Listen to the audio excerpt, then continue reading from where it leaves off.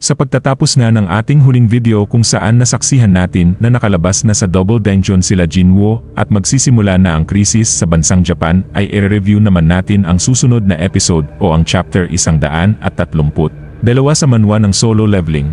Ito nga pala si JB Habi. Sit back and relax and enjoy the video. Nagsimula ang eksena sa ospital kung saan wika ni Jinho na bigo ang raid sa bansang Japan. Sa kabilang banda naman ay makikitang nagising sa pagkakaidlip si Chairman Yo.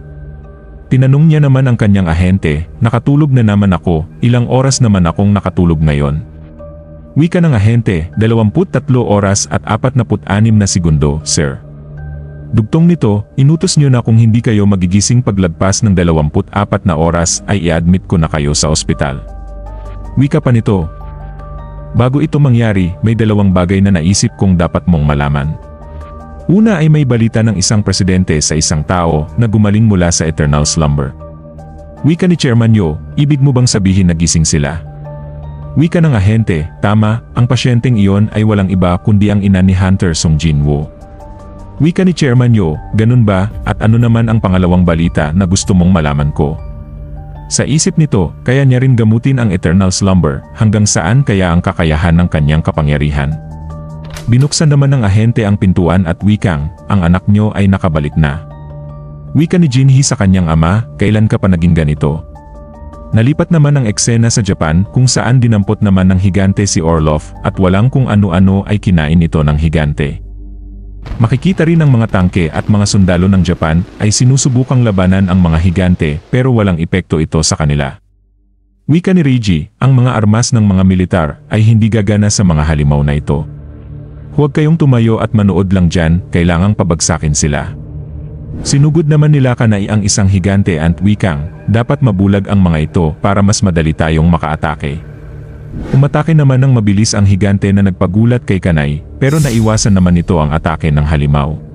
Gulat na wika ni Kanai, mabilis ang halimaw na ito kahit nasa laki nito. Sa taas naman ay may helicopter na nagre-report at wikang, live kaming nag-uulat mula sa isang airspace sa paligid ng Tokyo. At kahit sa ganitong kalayuan masasabi mo kung gaano kahirap ang sitwasyon sa ibaba. Makikita naman na nanonood si Jinwoo sa TV at dugtong ng report, parang isang impyerno ang sitwasyon ngayon sa Japan at hindi pa alam ng mga eksperto kung gaano kalaki ang mapipigilan ng mga hunters. Sa isip ni Jinwoo, kailangan ko nang magmadali, sa sitwasyon na ito, malalagay sa peligro ang buong Asia, katulad ng Jeju Island, wika naman ni Gina, huwag kang pumunta. Napatingin naman dito si Jinwoo. Wika nito. Anong ibig mong sabihin? Sagot ni Gina, alam kong pupunta ka pa rin.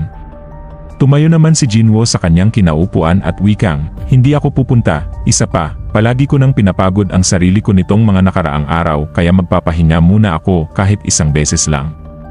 Hinawakan niya naman sa ulo si Gina at wikang, huwag kang mag-alala. Nagpunta naman si Jinwoo sa park kung saan nakaupo lang ito at nag-isip. Pinalabas niya naman si Beru at wikang, itinalaga kita kay Gina para protektahan siya hindi manood ng History Channel at masyado kang halata. Dugtong nito, kamusta na si Gina? Sagot ni Beru, wala naman gaano kamahalan, bukod sa natutulog lang ito maghapon. Sa isip ni Jinwoo, natroma talaga siya sa dungeon break na yon. Bukod pa doon, sa 4 na taon kong hunter, ngayon niya lang ako pinigilan sa isang raid. Naglakad naman ito at sa isip pa ni Jinwoo, ano kaya ang gagawin ko? May napadaan namang sasakyan at huminto ito kay Jinwoo. Nagtaka naman si Jinwoo at dinala ito sa isang building. Tanong ni Jinwoo, pwede ba akong magtanong kung bakit gusto niyo akong makita Chairman Yo? Sagot ng chairman, isang karangalan na makilala ka Hunter Sung, hayaan mong magpakilala ako si Yo Myung-han ng Yojin Construction. Nagtaka naman si Jinwoo nang may iniabot ang chairman sa kanya. Isang blank check at wika ni Chairman Yo, hindi ako mayabang na tanga na isipin na mabibili ng pera ang lahat lalo na sa mga nakamit ng isang S-rank hunter na tulad mo. Dugtong nito, sana tanggapin mo ito bilang isang gantimpala para sa lahat ng nagawa mo. Tinignan lang ito ni Jinwoo. Tanong nito, ano ang gusto mong bilhin sa akin? Sa isip ni Jinwoo, anuman ang kanyang sasabihin ay malamang na isang bagay na kumpidensyal at hindi ito pagtatangkang i-recruit ako sa kanilang guild. Wika ni Chairman Yo, ako ay nagdudusa ng parehong kalagayan tulad ng sakit na dumapo sa iyong ina. Nagulat naman sa narinig si Jinwoo at wikang, alam na ba ni Jinho ang bagay na ito? Sagot ni Chairman Yo. Bukod sa aking doktor, 3 tao lang ang nakakaalam, ako, ang aking asawa, at ang aking sekretary. Pabirong wika naman ni Jinwoo, mukhang 4 na ngayon.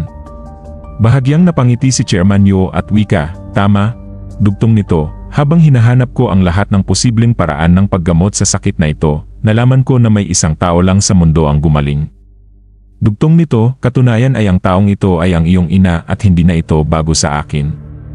Dugtong ng chairman, ang hinahanap ko sa iyo ay ang katotohanan lamang at ako ay magpapasalamat magpakailanman kung matutulungan mo ako dito.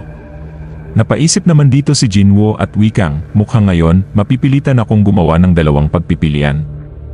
At diyan nagtatapos ang chapter 132 sa manhwa ng solo leveling at see you sa mga susunod na ating mga video. Kaya kung nagustuhan mo ang video na ito ay mag-like, comment at mag-follow ka na rin sa aking channel for more videos like this. Muli, ito nga pala si JB Habi, maraming salamat at peace out.